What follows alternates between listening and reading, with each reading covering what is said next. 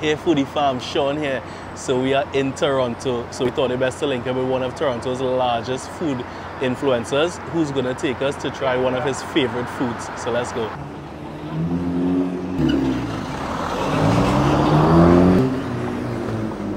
What's up, it's your boy Rye Hanks, aka Eat Famous. Pleasure to be with you. What I do is I run around Toronto, I eat a lot, I talk about it, I show it, and yeah, that's it, that's me. We told Ryan, you take us somewhere non-Caribbean. Right. You know, because obviously, you know, we do Caribbean, yes. We do Trinidadian Caribbean food.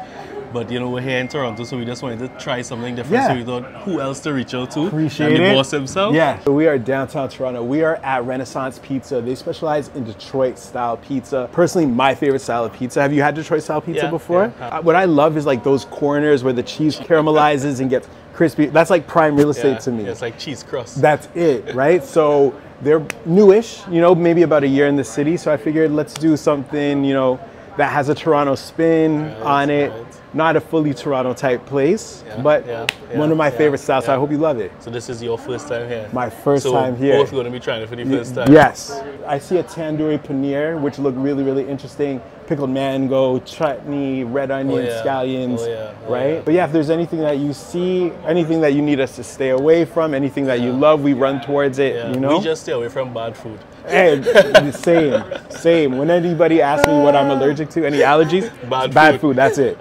Right, Foodie Farm. So we're here with the owner of Renaissance Pizza. My name's Harvey. I'm one of the owners of Renaissance Pizza. We serve Detroit style pizza. We also have wings, salads, and beer. But our main specialty is Detroit style pizza. We have a lot of different unique flavors to serve Toronto and the multiculturalness of the city, along with you know, the basics as well. So why Detroit style? Detroit style, I feel like it's definitely an underserved market in Toronto. So we felt like instead of opening like another New York's option for people of Toronto, we just decided, hey, there's at least in this area as well, there's not many options for Detroit style. So we just thought it's a really good style of pizza. Not a lot of people have had it, so it's like a unique offering and something new for the community. Is there anything that you recommend? I would definitely recommend the spicy pepperoni.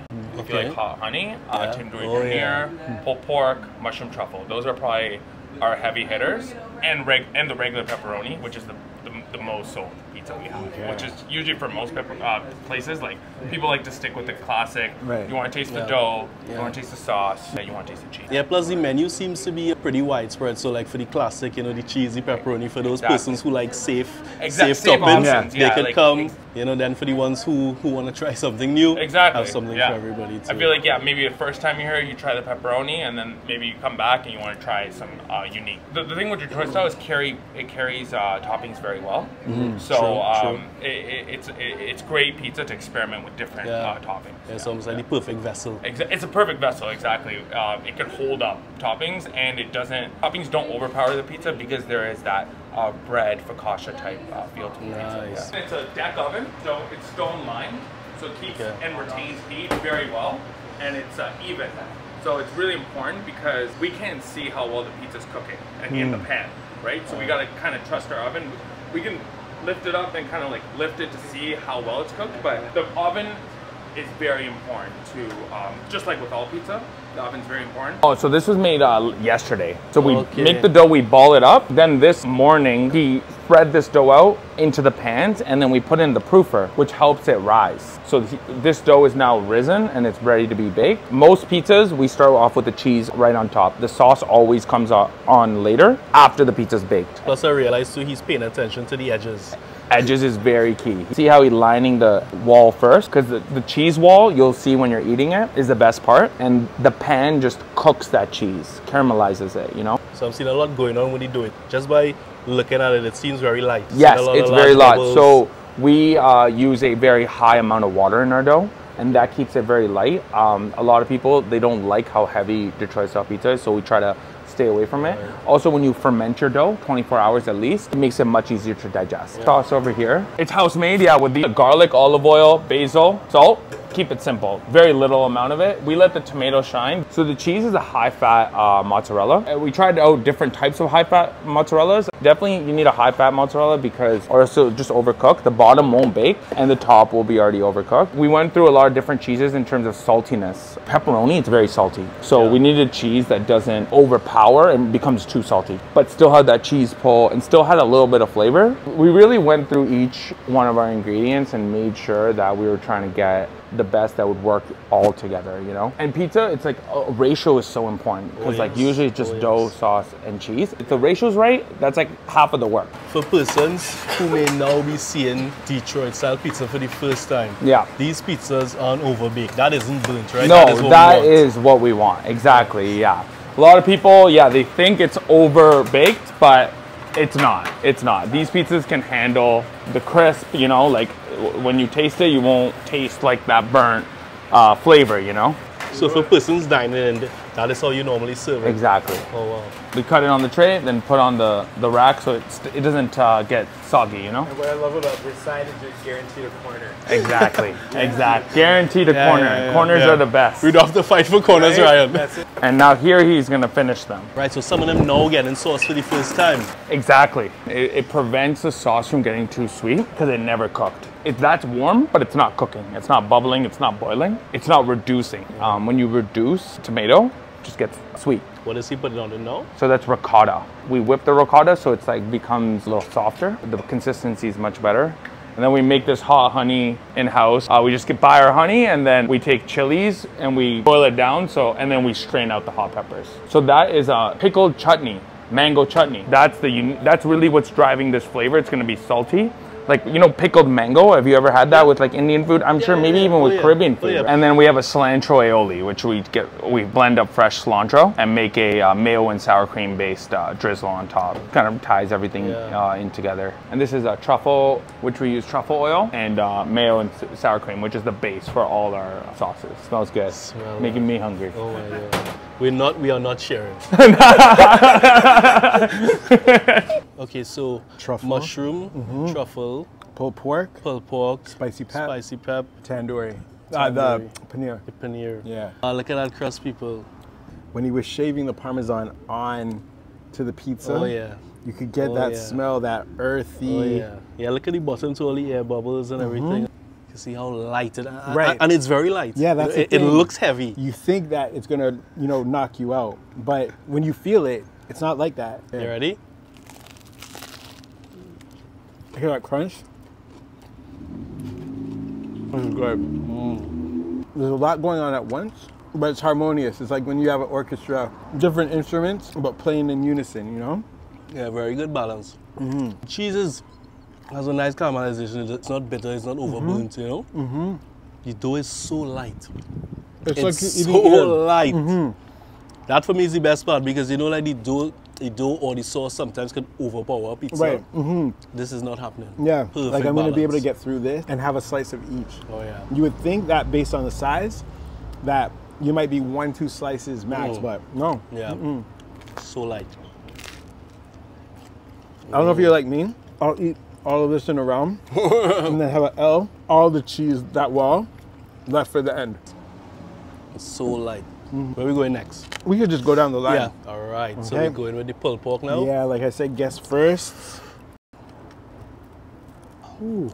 So this one has the controversial pineapple on it. Yeah, that's right.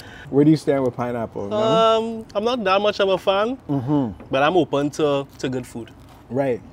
And a lot of times that's all it is. You know, when I was younger, I would always make a lot of substitutions with my food, change this and change that. And then you realize if you've got a chef that knows what they're doing, 9 times out of 10, you may not always love or, you know, gravitate towards popping an ingredient, but it works, right? Food is about experiences. Yes, sir. You know, let the chef feed you. Right. I agree. I totally agree. All right, man, let's go. All right.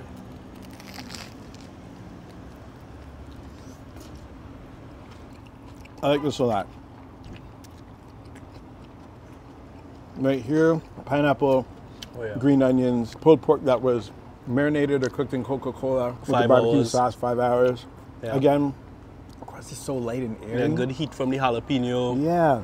The barbecue sauce works. You know, it's not like fighting the dough or fighting the other ingredients.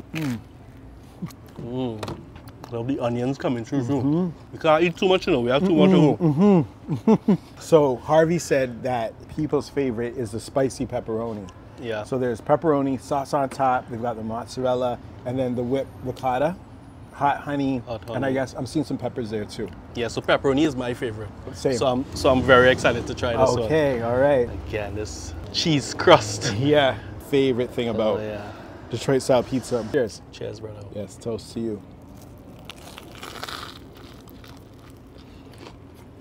What do you think of the sauce? Wow. So for me, a lot of people miss the mark on balance. Right.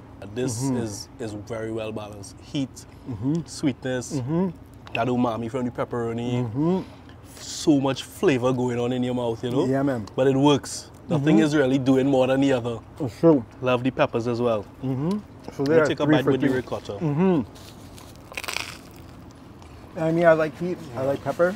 But say for somebody who, you know, some people are a little iffy on it, that ricotta helps balance that off. It's more flavor than heat. Yeah. That's right. Yeah. You're not going to be running for water or coughing or anything like that, you know? This is good. All so right. they're 3 for 3. So let's see if we can make it 4 for 4. So this is the paneer. So definitely the most unique. Yeah. Let me hand you yours, sir. Oh, thank you. I appreciate it. This is a beautiful piece of pizza. You know what I haven't done? I haven't bitten into the corner. I haven't done that either. You know, maybe I'll start with the corner. Yeah, let's start with the corner. All right.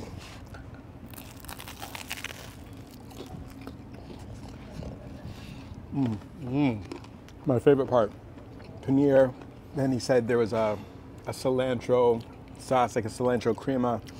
You got the pickled onions. I feel like I'm gonna love this in terms of flavors and everything that's happening.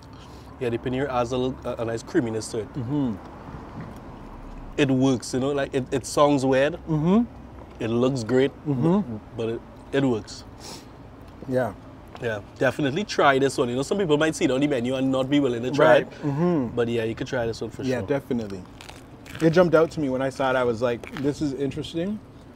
I wouldn't feel right leaving without trying it. And it's just good flavor, good pizza. This one probably has the most going on in my mouth right now. In terms of the different flavors going on. It's a lot. I agree. But in a good way. In a good way. Definitely. Right, yo, so we are full. Yes, very full. Rand, this was amazing, bro. Like, we told you, take us where you want to take us. Yeah. But, you know, a lot of times sometimes you don't expect it to be that good. Yeah. But this was great. This was past good. This was great. I'm glad you liked it. I can't lie. Like, looking at your experiences, knowing what you can cook, knowing where you've eaten, it was a little bit of pressure. I'm not gonna lie. I was a little nervous. So I said, you know what? Let me just go somewhere where it's a first time for me. So I take that pressure off. But they delivered. Yeah. It was good. I'm glad you enjoyed it. Oh yeah. He over delivered. Definitely. Yeah. So now is for you to come Trinidad for us to take you somewhere. I'm coming. Definitely. I'm thinking carnival. I could work off all the food. You know well, that's part 2. So y'all stay tuned for part 2. Thanks so much for joining us. Bye.